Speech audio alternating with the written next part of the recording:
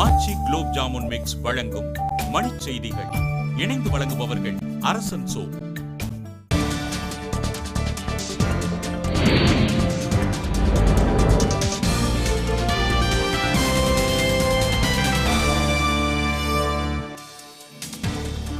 உத்தரப்பிரதேச கலவரத்தில் உயிரிழந்தவர்களின் குடும்பத்தினருக்கு அரசு வேலை வழங்கப்படும் என அகிலேஷ் சிங் உறுதி.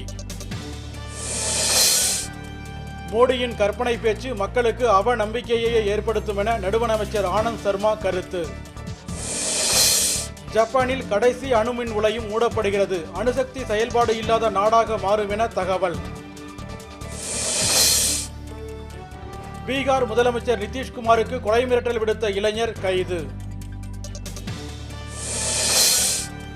அக்னி 5 ஏவுகணையை கொண்டு சீனாவின் எந்த ஒரு பகுதியையும் தாக்க முடியும் என பாதுகாப்புத்துறை வல்லுநர்கள் தகவல்.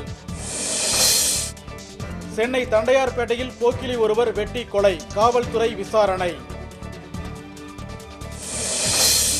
திண்டுக்கல்லில் வழிப்பறி மற்றும் கொள்ளையில் ஈடுபட்டு வந்த 6 பேர் கைது, காவல்துறை நடவடிக்கை. காவல்துறை அதிகாரிகள் வரம்பு மீறி செயல்படுவதாக முன்னாள் நடுவண் அமைச்சர் அன்புமணி ராமதாஸ் குற்றச்சாட்டு.